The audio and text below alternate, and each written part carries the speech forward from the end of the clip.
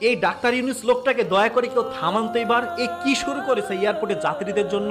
Free telephone, free wifi, help desk customer service, দ্রুত luggage প্রদান, ভালো ব্যবহার, লাগেজ ভাঙলে বা হারিয়ে গেলে কর্মীদের বেতন থেকে টাকা কেটে নেওয়া হবে। এর আগে আপনারা দেখেছেন উন্নয়নমূলক কোনো কাজ করার জন্য ছবি করে, ভিডিও করে, সংবাদ সম্মেলন করে, ফুলের মালা পরে, টিস্যু দিয়ে চোখ মুছতে মুছতে টিস্যু ক্ষয় করে তারপরে হচ্ছে 2042 সালের স্বপ্ন জনগণকে শুনিয়ে তারপরে সেটা করা হতো।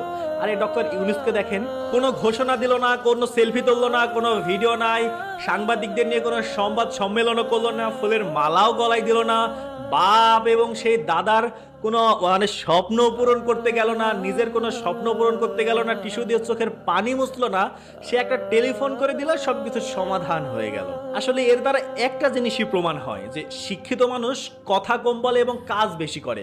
এইবার বাংলাদেশ যাতে ঠিকই বুঝতে পেরেছে যে আসলে আমরা কোন রত্ন পেয়েছি। ঠিক আছে, তো এই রত্নকে